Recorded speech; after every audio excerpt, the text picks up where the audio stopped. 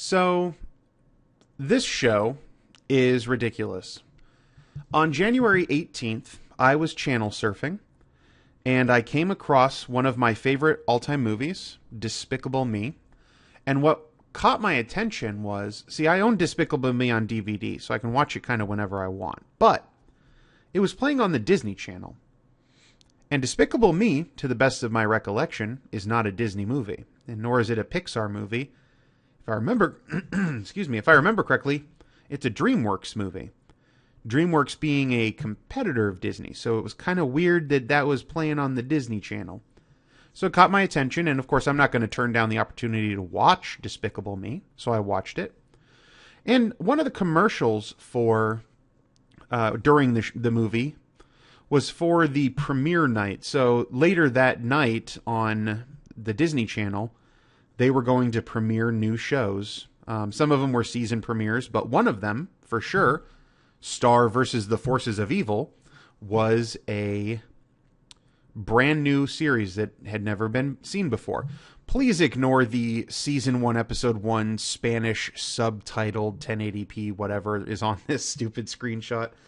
I went specifically looking for this screenshot because it's a great introduction to the character. And with the Google showed me a bunch of them that were all very small, and the only large size one was this.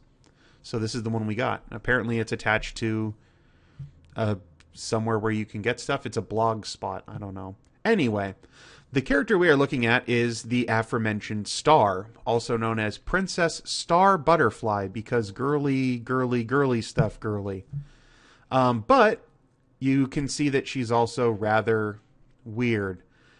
When I did the review of the Rainbow Bright reboot, one of the main points that I brought up was the fact that they made her insane, crazy, random, spastic little manic pixie girl kind of Rainbow Bright. I'm going to do all kinds of weird stuff for the sake of being weird. So if you take that Rainbow Bright character and you give her brain damage and then you get her high on meth, that is who Star Butterfly is. She is to the 10th power all of the things I hated about Rainbow Bright. Constantly doing weird, stupid stuff for no real purpose. Especially in the first episode. They go overboard on it in the first episode, and then let me backtrack just a little bit here. There's only ever been one episode aired of this, but they do 15-minute episodes within the one showing. So there's actually 2 episodes. So the first 15-minute episode, it's about 12 minutes long with commercial breaks and what have you, introduces us to the character of Star Butterfly and introduces us to the other main character, Marco Diaz, who is the Earthling. She's from another dimension. And Marco Diaz is the Earthling who's kind of been saddled with keeping track of her. That she's 14, he's 14. I don't know what's that, 8th grade-ish kind of area. Anyway, on her 14th birthday, she is gifted this magic wand. Interestingly enough, when she receives the magic wand, it changes shape because it didn't look like that before. And then because it's so powerful and because they don't want it to fall into the hands of the forces of evil, her parents send her to Earth for kind of protection. It's more like a hideout witness protection kind of thing. Specifically, Earth is deemed a less dangerous and risky dimension. So she ends up here. And yes, the entire first episode, to really hammer home the fact that this girl is a manic, pixie, spastic, random weirdo, at every conceivable second she's on screen, she's doing weird stuff. In the second episode, they introduce a new character to kind of be that spastic weirdo, and it takes some of the attention off of her, and she gets to act like a semi-normal person. The second episode, I hate the new character a lot, so I actually prefer the first episode to the second. But I prefer the way that she particularly acts in the second episode. Marco, on the other hand, is a pretty cool dude. The cartoon is very Disney Channel. Very Disney Channel. When you look at it, if you've never seen it before and you look at just the animation, it does not look like something that should be on Nickelodeon. It does not look like something that would be on Cartoon Network. It looks like a Disney Channel cartoon, if you get what I mean by that. It's just the style and how everything works, very Disney Channel. I compare it to Rainbow Bright a little bit because of the way that she acts. I guess sort of the premise is a little bit, I don't know if premise is the right word, but, you know, the main character being a magical rainbow spewing manic pixie girl kind of matches between the two. This is obviously a much higher budget production than the Rainbow Bright show. And I've only seen 3 episodes of the Rainbow Bright thing, and I think that's all they made. I don't know that they've made any new episodes. This will obviously last longer, being a Disney Channel production. And actually, having only shown the very first episode in January, Disney Channel already bought a second season of this show. So no matter what, you're getting 2 seasons of this show. That's going to happen. There's been a trend, not just the Rainbow Bright reboot, but several cartoons have had a trend of adding very wacky, manic, crazy girl characters. One of the first ones that I thought of, other than Rainbow Bright, when I saw this, was actually, and someone else had the same idea, Mabel from Gravity Falls. For no good reason, Mabel is a very crazy, wacky, random, manic pixie girl. I keep going back to manic pixie girl, but I'm not quite sure what else to say. So I found this random drawing on a Tumblr website. And yeah, I would say by far, at least in the first 2 episodes, Star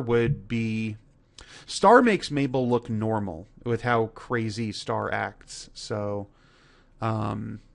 if you've ever watched Gravity Falls and found Mabel's character annoyingly manic, this is a definite overdose in that sense.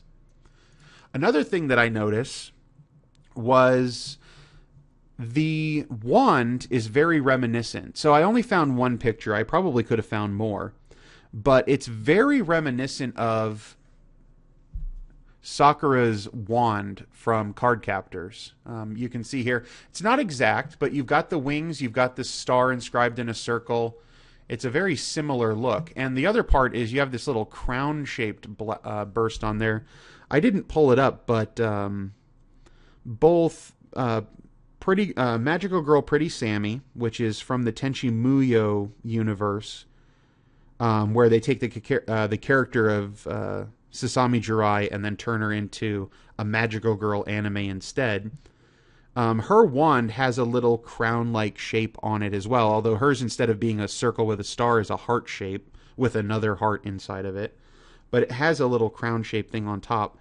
And a very old Magical Girl anime from like the I think it was the 80s. I want to say it's the 80s, but possibly as late as the early as the late 70s. Is another one called Magical Girl Creamy Mommy, which just sounds horrible in English, but Magical Girl Creamy Mommy has a scepter with also heart-shaped, but also with a little crowny bit on top. I don't think hers has wings on it. I can't really picture it very well.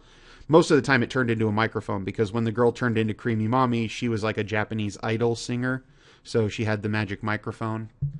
But yeah, when I saw this, I was very much thinking Cardcaptor Sakura.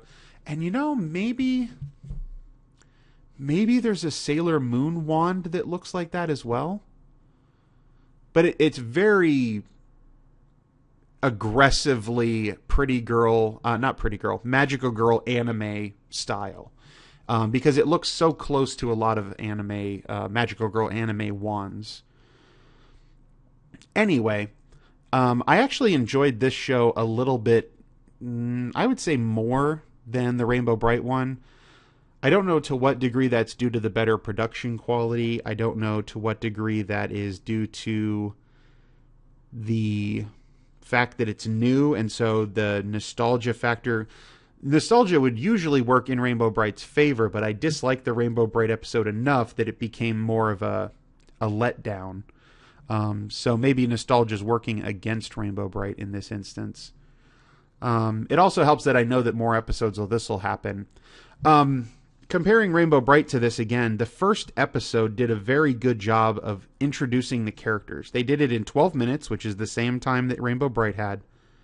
But they actually introduced the characters and built and explained who they were and why they were, and it was very succinct. You got a very good understanding of who these characters were and the central conflict of the rest of the series.